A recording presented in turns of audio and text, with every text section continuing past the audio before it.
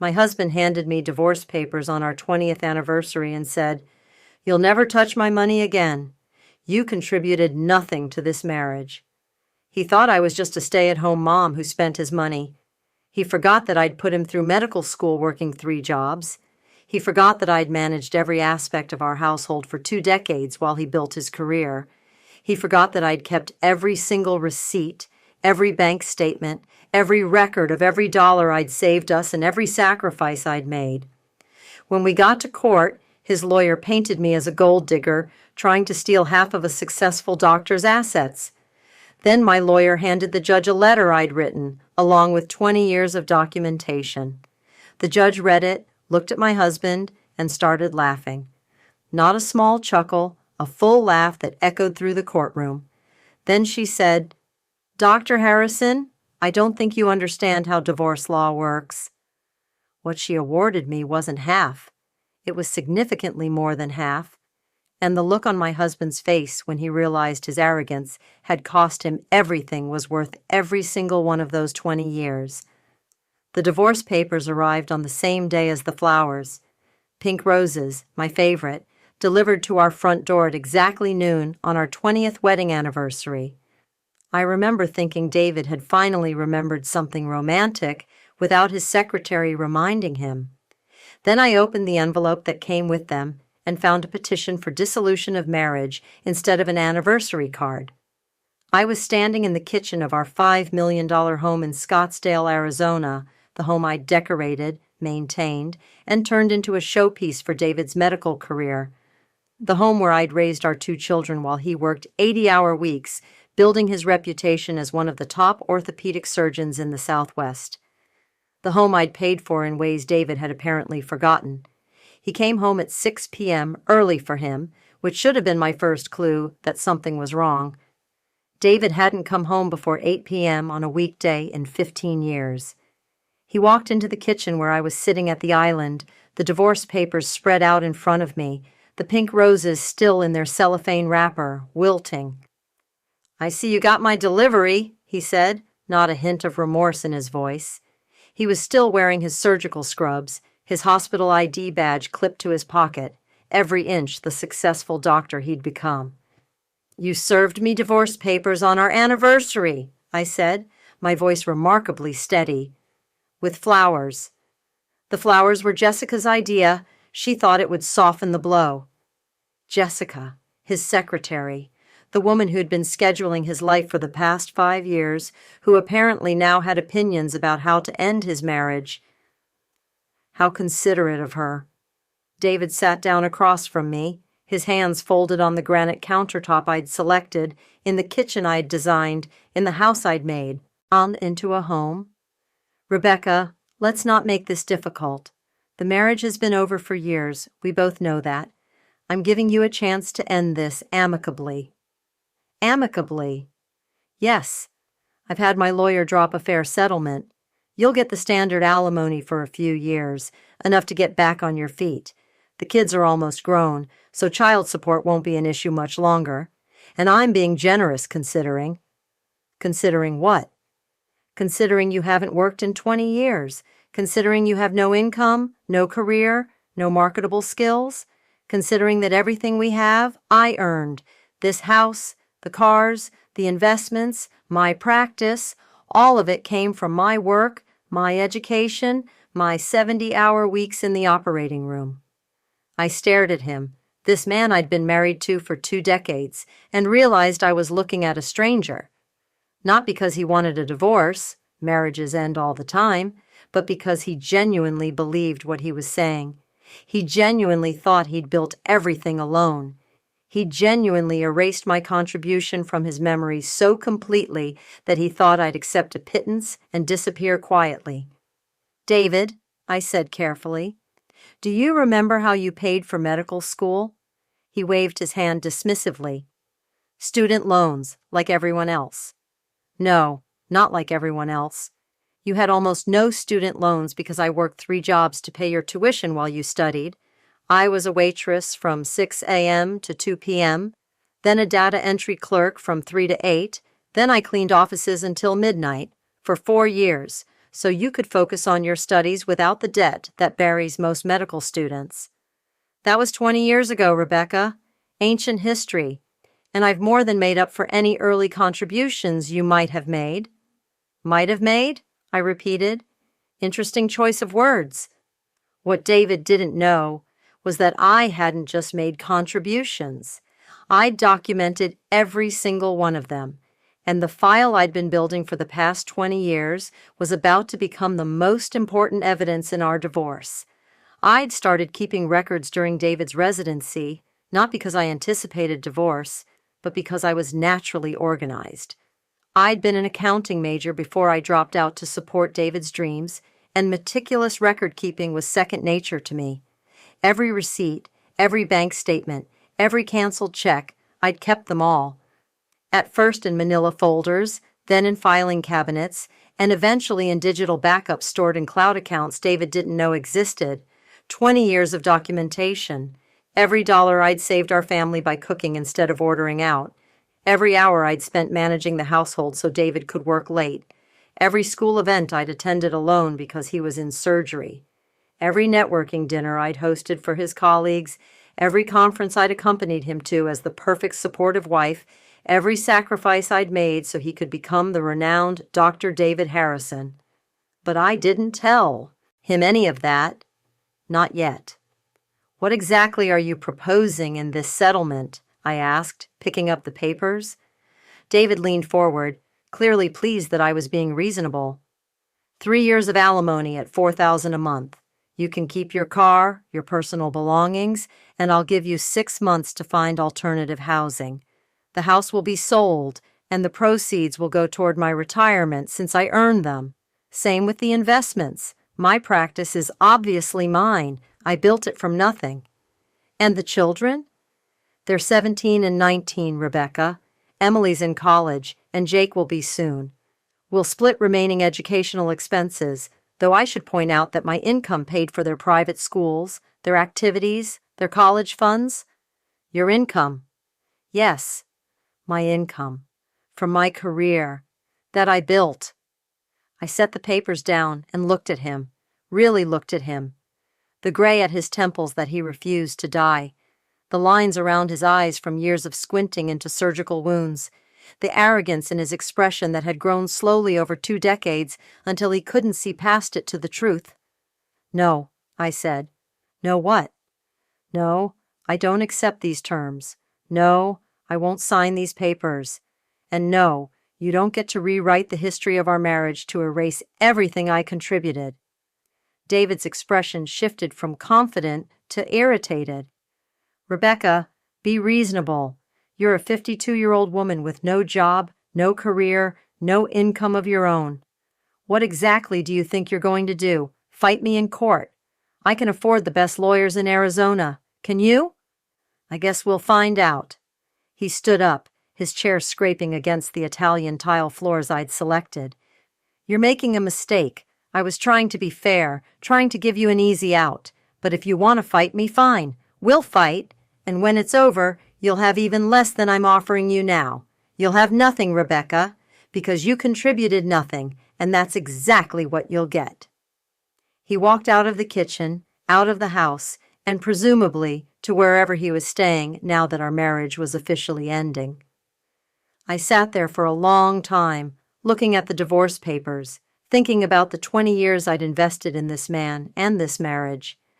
Then I went to my home office, the small room off the master bedroom that David had always called my hobby space, and I opened the filing cabinet that contained the documentation of our entire marriage.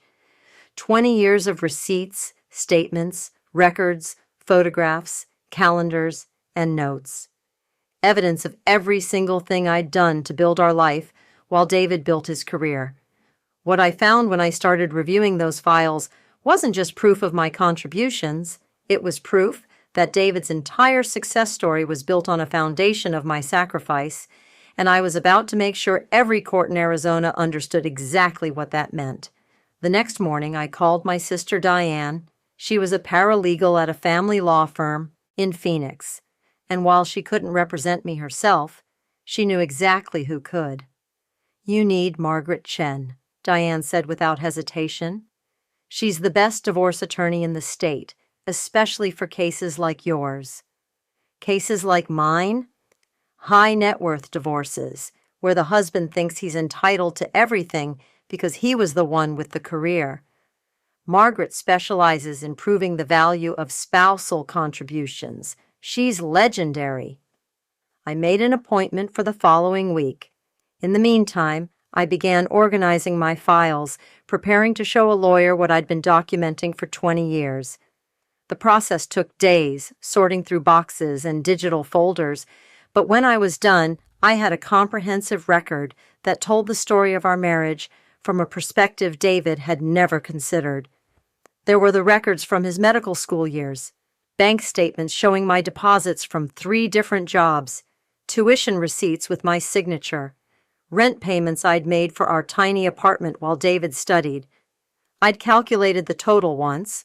Over the 4 years of medical school, I'd contributed more than $120,000 in direct financial support, plus all the domestic labor that allowed him to focus entirely on his studies.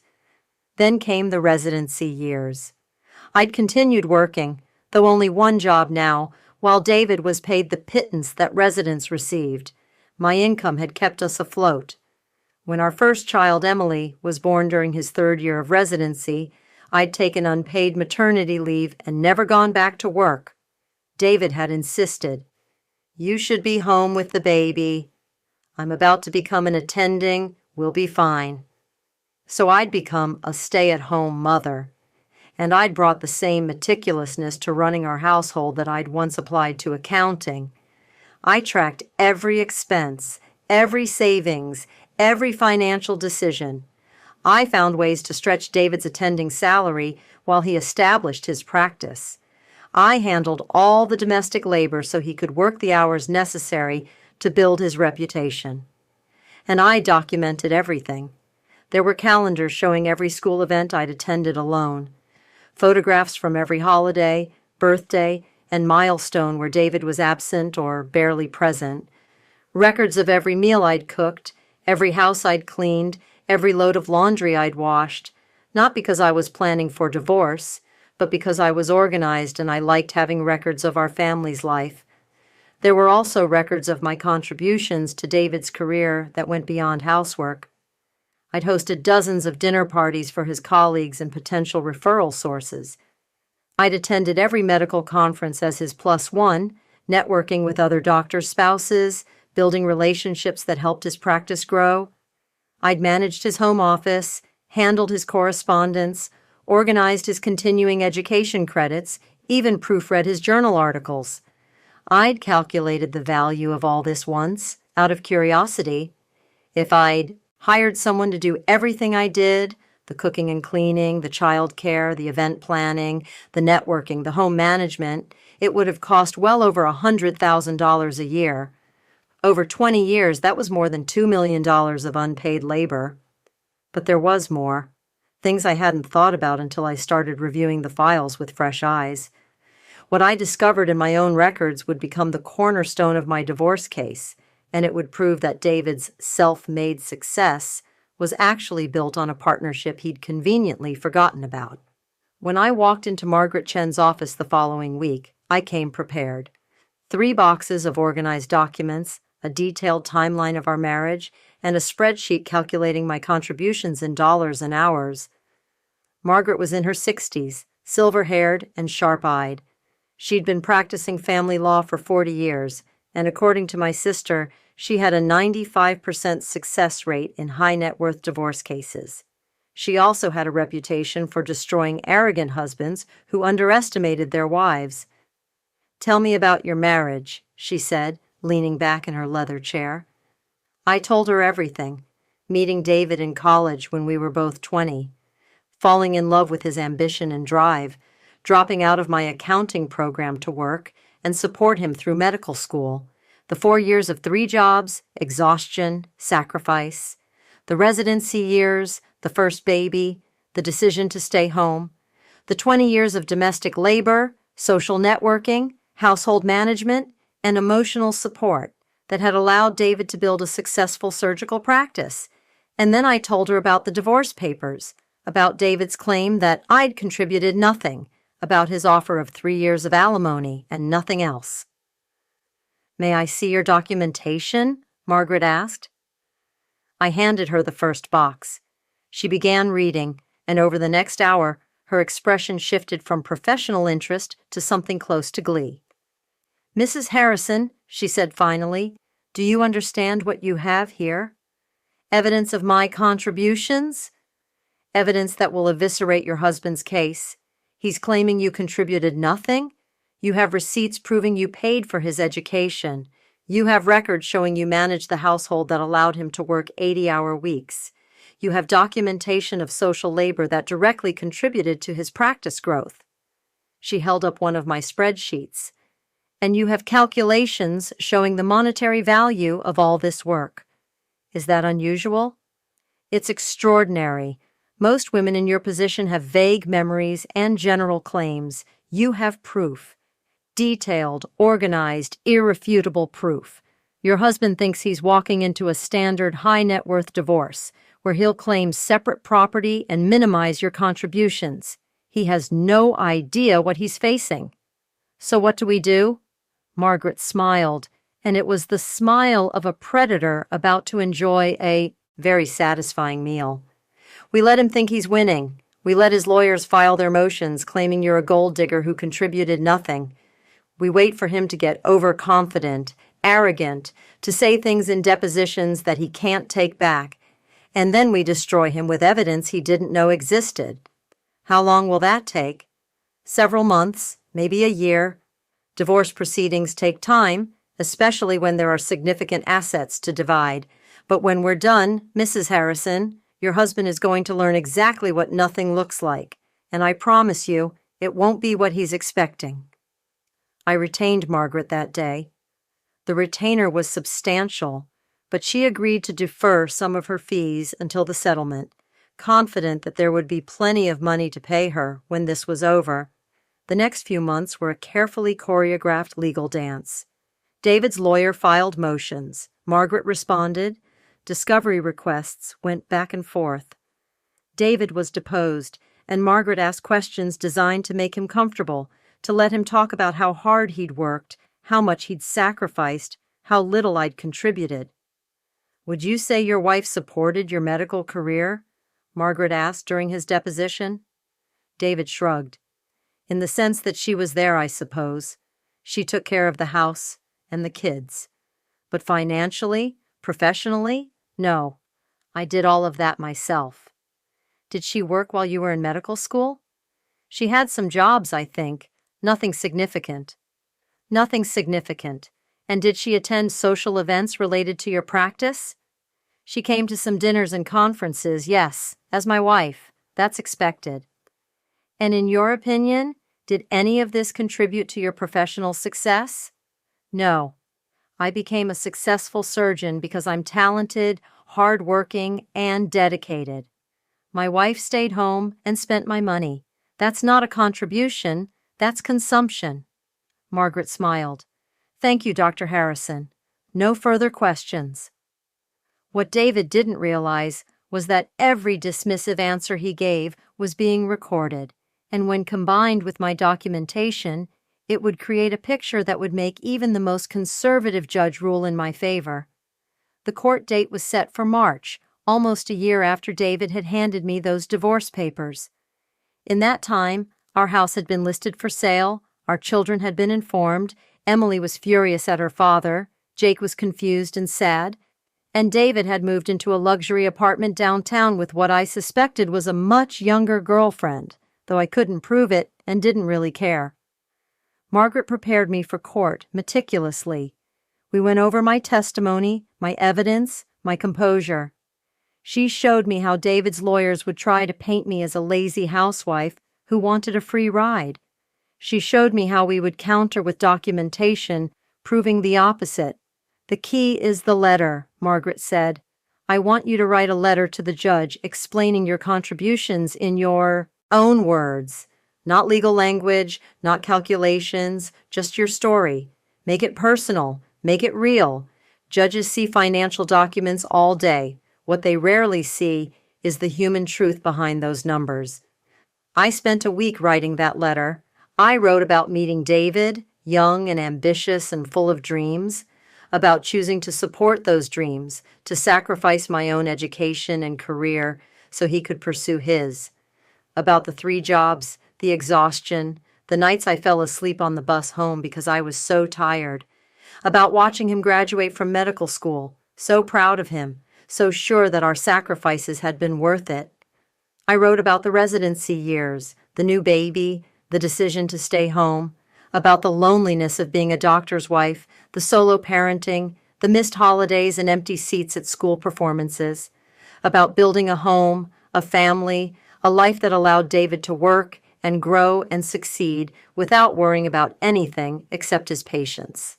I wrote about the dinner parties, the conferences, the networking, about smiling at colleagues and their wives, building relationships that turned into referrals, supporting David's career in ways that never showed up on a paycheck, but absolutely showed up in his practice revenue.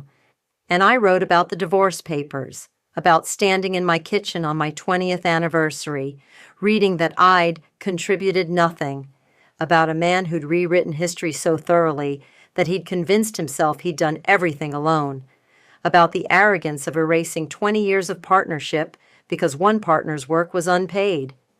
The letter was 12 pages long. Margaret read it and said, "This is exactly what I needed. This is going to win your case." The morning of the trial, I dressed carefully, professional but not flashy, competent but not aggressive. Margaret had coached me on how to present myself, how to answer questions, how to remain calm no matter what David's lawyers said. David arrived with his legal team, 3 lawyers in expensive suits, looking confident and slightly bored. He barely glanced at me as he took his seat. In his mind, this was already over. He was a successful surgeon. I was a housewife. The court would see it his way because that's how these things worked. His lead lawyer made his opening statement, painting me as exactly what David had said. A woman who'd contributed nothing, who wanted half of a fortune she didn't earn, who was using divorce laws to steal money from a hard-working physician. Then Margaret stood up. "Your Honor, opposing counsel would have you believe that Rebecca Harrison is a gold digger seeking to profit from her husband's success. The truth is precisely the opposite. Rebecca Harrison is the reason for her husband's success, and we have 20 years of documentation to prove it." She began presenting evidence, bank statements from 1998 showing my deposits during David's medical school years, tuition receipts with my signature, tax returns showing my income as the primary household support during his residency, calendars documenting my attendance at over 200 professional events, spreadsheets calculating the monetary value of my domestic labor, photographs showing me at every school play, every soccer game, every parent-teacher conference, always alone because David was at work. David's expression shifted from confident to confused to concerned. He whispered urgently to his lawyers. They whispered back, looking increasingly uncomfortable. But the moment that changed everything, the moment that would become the centerpiece of our family story for years to come, happened when Margaret handed the judge my letter and asked her to read it aloud.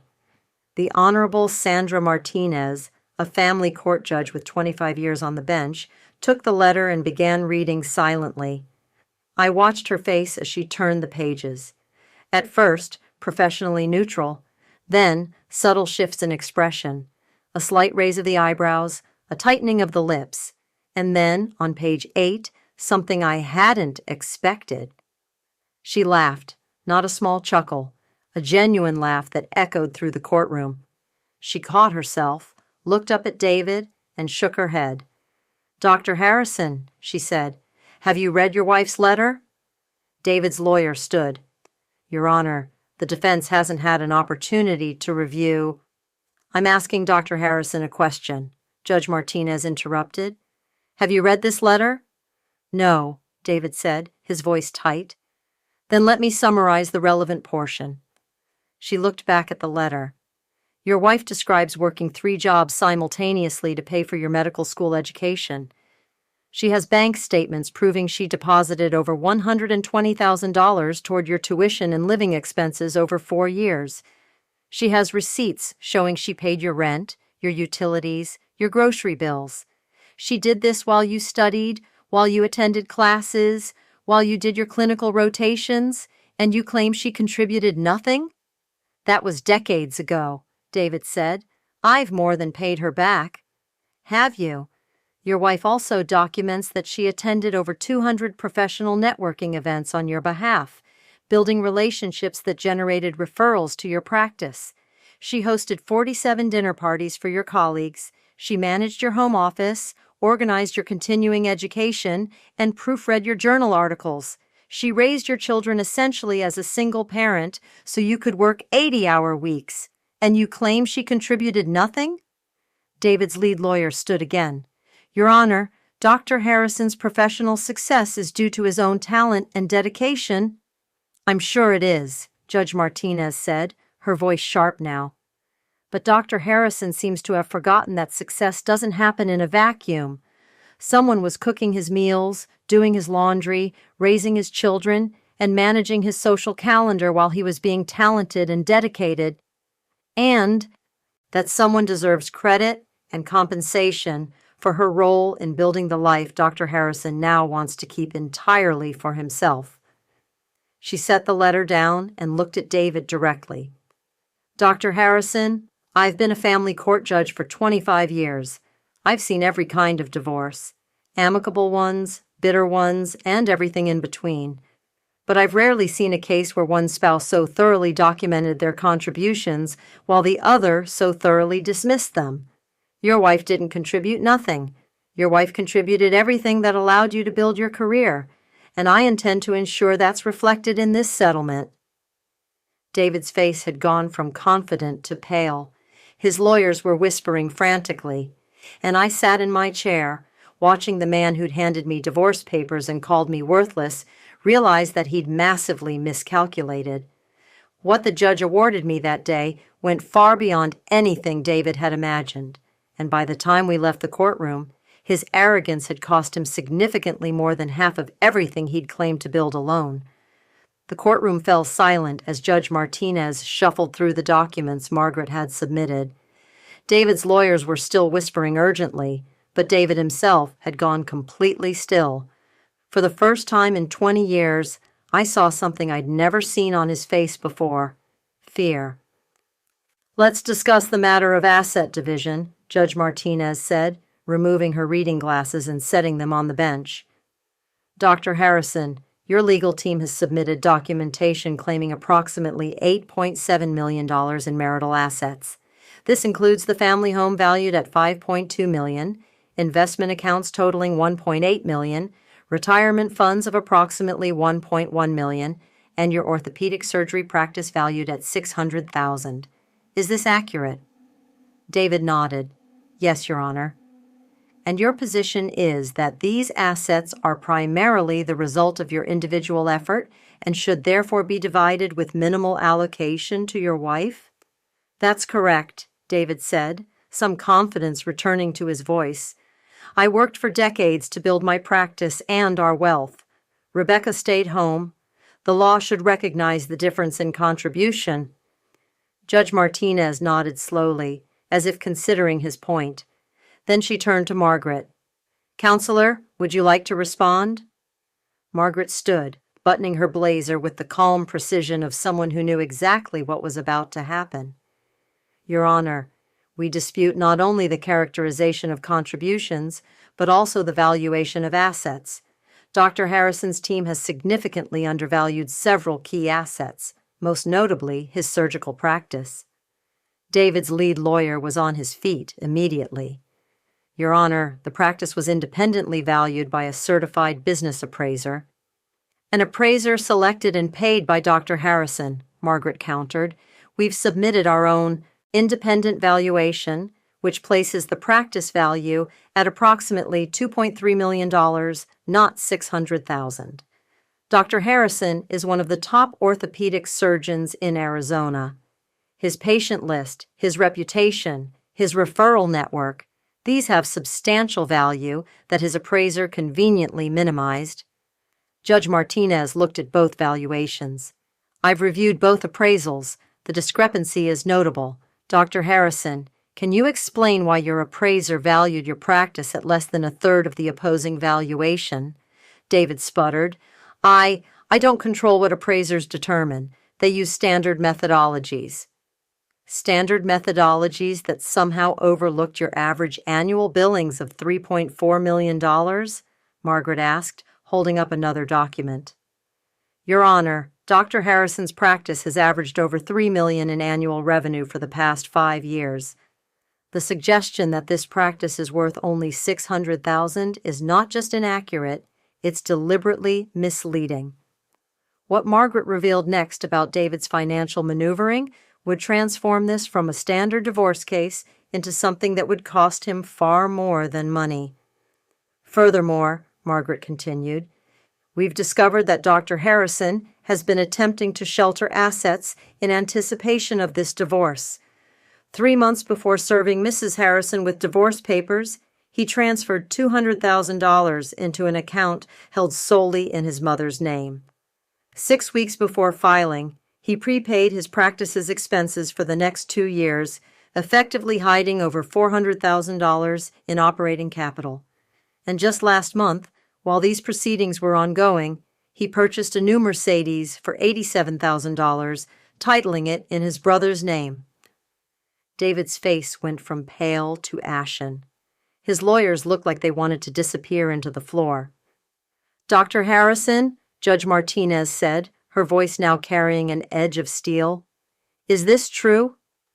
Those were legitimate financial decisions, David said, but his voice had lost all its earlier confidence. The money to my mother was a loan. The prepaid expenses were good business planning. The car was a gift for my brother's birthday. A gift that happens to coincide exactly with your divorce filing. How convenient. Judge Martinez made a note. Counselor Chen, do you have documentation of these transfers? We do, Your Honor. Bank records, vehicle registration, and testimony from Dr. Harrison's practice manager, who was quite forthcoming once she understood the legal implications of helping to hide assets. The practice manager. I remembered her, a woman named Linda, who'd been with David's practice for 15 years. She'd always been friendly to me at office events. Apparently, she was less friendly when faced with potential charges for aiding asset concealment. Your Honor, David's lawyer said desperately, even if these transfers occurred, they don't fundamentally change the nature of this case. Dr. Harrison earned these assets through his medical career. A career his wife financed, Margaret said, a career she supported through 20 years of domestic labor, a career she directly contributed to through social networking, practice management, and the creation of a stable home environment that allowed Dr. Harrison to work 80-hour weeks without worrying about his children, his household, or his social obligations. Judge Martinez held up my letter again. Mrs. Harrison, I'd like you to address the court directly. In your letter, you describe your contributions in significant detail, but I want to understand something more personal. When your husband handed you divorce papers and told you that you'd contributed nothing, what was your reaction? I stood, smoothing my skirt, trying to keep my voice steady. Your Honor, I was devastated, not because of the divorce itself, marriage's end, but because of what David said, that I'd contributed nothing. I'd spent 20 years building a life with this man. I'd sacrificed my education, my career, my personal ambitions so he could pursue his. And in the end, he looked at me and saw nothing. Did you anticipate this outcome when you began documenting your contributions? No, Your Honor. I didn't document because I expected divorce. I documented because I'm an organized person. I was an accounting major before I dropped out to support David. Keeping records is just how my mind works. I kept track of our finances, our schedules, our family life, because that's what I do. It wasn't until David told me I'd contributed nothing that I realized those records would prove otherwise. And what do you believe you're entitled to in this divorce? I took a breath. This was the moment Margaret had prepared me for. Your Honor, I believe I'm entitled to half of the marital assets, not because I want to take David's money, but because half of those assets are mine. I earned them, not through a paycheck, but through 20 years of work that allowed David to earn his paycheck. I'm not asking for something I don't deserve. I'm asking for recognition that a marriage is a partnership, and both partners contribute, even when only one partner gets paid. Judge Martinez nodded slowly. Thank you, Mrs. Harrison. You may be seated. What the judge said next would not only determine the outcome of my divorce, but would establish a precedent that David's lawyers would be talking about for years. I've reviewed all the evidence submitted by both parties, Judge Martinez began. I've read Mrs. Harrison's letter in its entirety. I've examined the financial records, the asset valuations, and the documentation of Dr. Harrison's attempts to conceal assets prior to and during these proceedings. She paused, looking directly at David. Dr. Harrison, I want you to understand something. This court does not view marriage as an arrangement where one spouse works and the other consumes. Marriage is a partnership. When one spouse sacrifices their career to support the other's professional development, that sacrifice has value. When one spouse manages a household so the other can work long hours, that management has value. When one spouse builds social networks that contribute to the other's professional success, that networking has value. Your wife didn't contribute nothing. Your wife contributed everything that made your contributions possible. Without her financial support during medical school, you would have graduated with crushing debt that would have delayed your practice development by years. Without her domestic labor, you couldn't have worked the hours necessary to build your reputation. Without her social contributions, your referral network would be significantly smaller. David's lawyer stood. Your Honor, with respect, Arizona is a community property state. We're not disputing that Mrs. Harrison is entitled to 50% of marital assets. We're simply arguing that the valuation of those assets should reflect their true nature and origin. Their true nature and origin, Judge Martinez repeated. Let me tell you what I see as their true nature and origin. I see a couple who started with nothing. I see a wife who worked 3 jobs to put her husband through medical school. I see that same wife giving up her own career to raise children and manage a household. I see 20 years of partnership, and then I see a husband who, when he decided the partnership was over, attempted to minimize his wife's contributions, undervalue his assets, and hide money in relatives' accounts. She straightened her papers. Here is my ruling. First, regarding the family home. The home was purchased during the marriage, maintained during the marriage, and improved during the marriage by Mrs. Harrison's domestic labor. It will be awarded entirely to Mrs. Harrison, who may choose to sell it and retain the proceeds or continue to reside there. David made a sound like he'd been punched in the stomach. His lawyers were writing frantically. Second, regarding the investment and retirement accounts, these will be divided equally, with 50% going to each party. However, the accounts Dr. Harrison transferred to his mother's name will be considered part of his share, reducing what he receives from the remaining assets. Third, regarding Dr. Harrison's surgical practice, I'm accepting the valuations submitted by Mrs. Harrison's team, placing the practice value at $2.3 million. Mrs. Harrison is entitled to 50% of this value to be paid out over 5 years through a structured settlement. I did the math quickly. The house was $5.2 million. Half the investments in retirement accounts was another $1.4 million. Half the practice value was $1.1 million. That was nearly $8 million. But Judge Martinez wasn't finished. Fourth, regarding spousal support, given the significant disparity in earning potential between the parties, and given Mrs. Harrison's 20-year absence from the workforce, specifically to support Dr. Harrison's career, I am awarding permanent spousal support of $15,000 per month until Mrs. Harrison remarries or either party passes away. $15,000 a month, $180,000 a year, for the rest of my life or until I chose to remarry. Fifth, regarding Dr. Harrison's attempts to conceal assets. This court takes a very dim view of parties who attempt to hide money during divorce proceedings.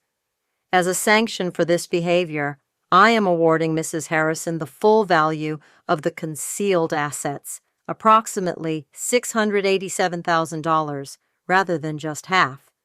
Additionally, Dr. Harrison will be responsible for 100% of Mrs. Harrison's legal fees, which I understand are substantial. Margaret's fees were over $300,000. David would be paying every penny. Finally, Judge Martinez said, and there was something almost like satisfaction in her voice, I want to address the Mercedes that Dr. Harrison purchased and titled in his brother's name. That vehicle will be surrendered to Mrs. Harrison immediately, or the cash value will be added to her settlement. She set down her papers and looked at David one final time. Dr. Harrison, you came into this courtroom believing you could dismiss 20 years of your wife's contributions as nothing. You attempted to hide assets, undervalue your practice, and present yourself as a self-made success who owed your spouse nothing. This court disagrees, fundamentally, completely, and expensively disagrees. The final tally of what I was awarded would make David's initial offer of $4,000 a month for 3 years look like the insult it was, and his reaction in the courtroom would become family legend. David stood up so fast his chair fell over. This is outrageous! She doesn't deserve any of this. I'm the one who worked. I'm the one who saved lives. She just stayed home and spent my money. Dr. Harrison, you will control yourself in my courtroom, Judge Martinez said sharply. Control myself? You just gave her everything. The house, the retirement, half my practice, permanent alimony. I'll be paying for her for the rest of my life. This is robbery. This is exactly the kind of man-hating judicial activism that— Dr. Harrison, Judge Martinez's voice cracked like a whip. One more word and I will hold you in contempt. Sit down. David's lawyers physically pulled him back into his seat. His face was purple with rage, his hands shaking. This was the man who'd told me I'd contributed nothing. The man who'd thought I'd accept a pittance and disappear quietly. The man who'd so thoroughly underestimated me that he'd walked into court without bothering to prepare for the evidence I had. This ruling is final, Judge Martinez said. Court is adjourned. The gavel came down, and my 20-year marriage officially ended. But unlike what David had planned, I wasn't walking away with nothing. I was walking away with nearly everything. Margaret shook my hand as we gathered our documents. Congratulations, Mrs. Harrison. That was one of the most satisfying rulings I've ever witnessed. Rebecca, I said, please call me Rebecca, and thank you for everything. You did this, Rebecca. Your documentation, your organization, your refusal to accept his narrative. I just presented the evidence. You created it over 20 years. I looked across the courtroom at David, who was surrounded by his lawyers, still arguing, still insisting this was unfair. He caught my eye, and the look he gave me was pure hatred. Pure, impotent hatred from a man who just learned that his arrogance had cost him millions. I smiled at him, not a gloating smile, just a small, satisfied acknowledgement that the woman he'd called worthless had just proven her worth in the most comprehensive way possible. The weeks after the trial were a blur of paperwork and logistics. David's lawyers filed an appeal, which was denied. They filed motions for reconsideration, which were denied. They tried to negotiate a reduced settlement, which Margaret rejected with extreme prejudice. In the end, David paid. He paid for the house, which I sold 6 months later for $5.5 million, $300,000 more than the original valuation. He paid half the investments and retirement accounts. He paid half his practice value in a structured settlement that would take 5 years to complete. He paid permanent alimony of $15,000 a month, which was automatically deducted from his accounts. He paid my legal fees, and he surrendered the Mercedes, which I sold immediately because I had no desire to drive his guilt car. But the money, as satisfying as it was, wasn't the most important thing I gained from the divorce. What I gained was something David had tried to take from me for 20 years, recognition of my worth. Emily, my daughter, called me the night after the trial. She was crying. "Mom, I'm so proud of you.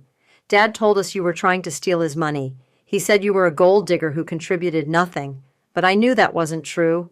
I knew you were the one who held our family together." "Thank you, sweetheart. That means more to me than anything." Jake is still confused. Dad's been in his ear for months, but I think he's starting to understand. He asked me today if I remembered how you were at every one of his soccer games, and Dad was at maybe 3 total. He's putting the pieces together. Jake came around eventually.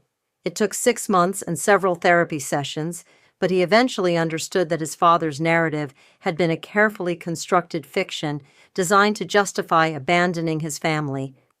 By the time he started college, he had a relationship with both of us, though his bond with David was permanently damaged by the things David had said about me. David remarried 2 years after our divorce, to a woman 20 years younger who bore a suspicious resemblance to his secretary, Jessica. I heard through mutual friends that he'd insisted on a prenuptial agreement so ironclad that his new wife would get almost nothing if they divorced. Apparently, he'd learned something from our experience, though I suspected it was the wrong lesson.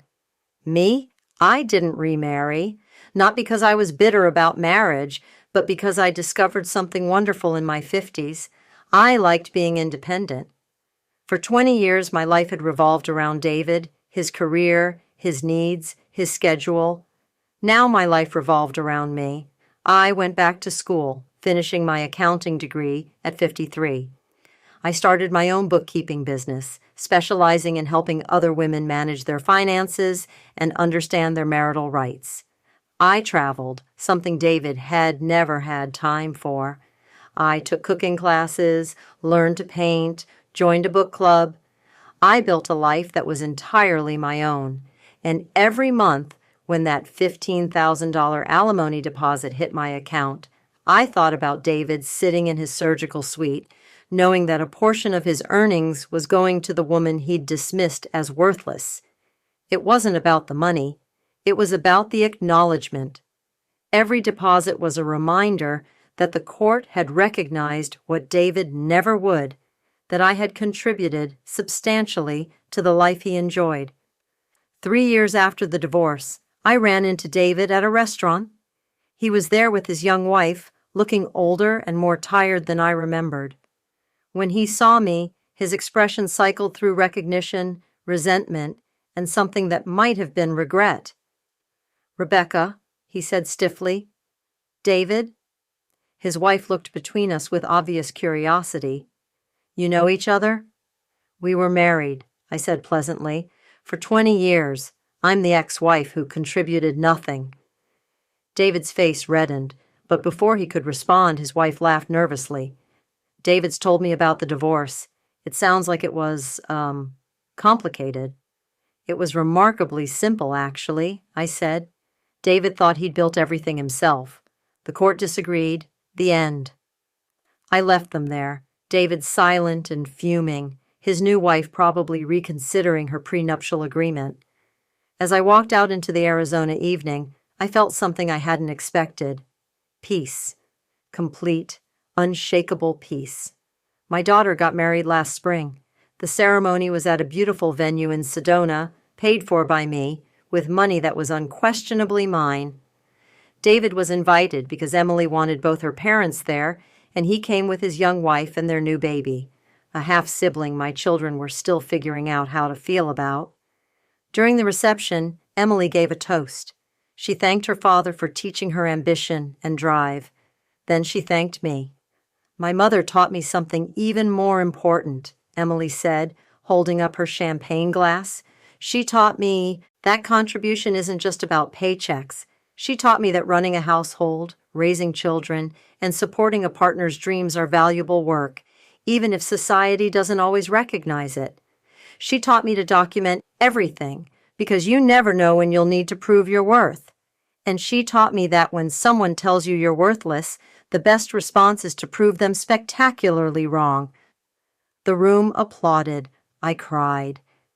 David sat stone-faced in the corner, forced to listen to his daughter praise the woman he'd tried to discard with 3 years of minimal alimony. That moment, more than the court ruling, more than the settlement, more than any of the money, was when I truly understood what I'd won. Not just financial security, but my children's respect, my own self-respect, and the knowledge that my story would inspire my daughter to never let anyone dismiss her worth. David's exact words had been, "You'll never touch my money again." He'd been so certain, so arrogant, so absolutely convinced that his success was his alone, and I had no claim to any of it. He'd expected me to cry, to beg, to accept whatever crumbs he offered because I was just a housewife with no power and no options. He forgot that I'd been an accounting major before I gave up my education for him. He forgot that I'd managed our entire household, including finances, for 2 decades. He forgot that I was meticulous, organized, and absolutely capable of documenting every single contribution I'd made to our life together. When the judge read my letter in court and couldn't stop laughing, it wasn't because my story was funny. It was because David's position was so absurd, so completely disconnected from reality, that laughter was the only appropriate response. He'd walked into court claiming a partnership was a sole proprietorship, claiming that 20 years of spousal support had no value, claiming that the woman who'd built his life from behind the scenes deserved nothing. The judge's laughter was the sound of justice, recognizing injustice. It was the sound of a legal system, imperfect as it often is, getting something exactly right. I still have the letter I wrote. It's in a frame in my home office, next to my accounting degree and a photo of my children at Emily's wedding. Sometimes when I'm helping a new client, a woman going through her own divorce, terrified that she'll be left with nothing after years of unpaid labor, I show her that letter. Document everything, I tell them. Every contribution you make, every sacrifice, every hour of work. Not because you expect your marriage to fail, but because if it does, you'll have proof of what you brought to the partnership. And if your spouse ever tells you that you contributed nothing, you'll be able to prove them wrong in ways they never anticipated. My husband handed me divorce papers and said I'd never touch his money again. He thought I was just a housewife who'd spent his earnings. He forgot that. I'd built the foundation his entire career stood on. And when the judge read my letter and laughed at his arrogance, I finally got what I'd earned over 20 years of marriage, recognition, compensation, and the last laugh. If Rebecca's story of documenting her worth and refusing to accept dismissal resonated with you, hit that like button. My favorite moment was when the judge literally laughed at David's claim that Rebecca had contributed nothing. What was yours? Drop it in the comments. And if you're in a marriage where your contributions are overlooked or dismissed, start documenting today. You deserve recognition for your work, whether or not you ever need to prove it in court. Subscribe for more stories about people who refuse to be undervalued and prove their worth in spectacular fashion.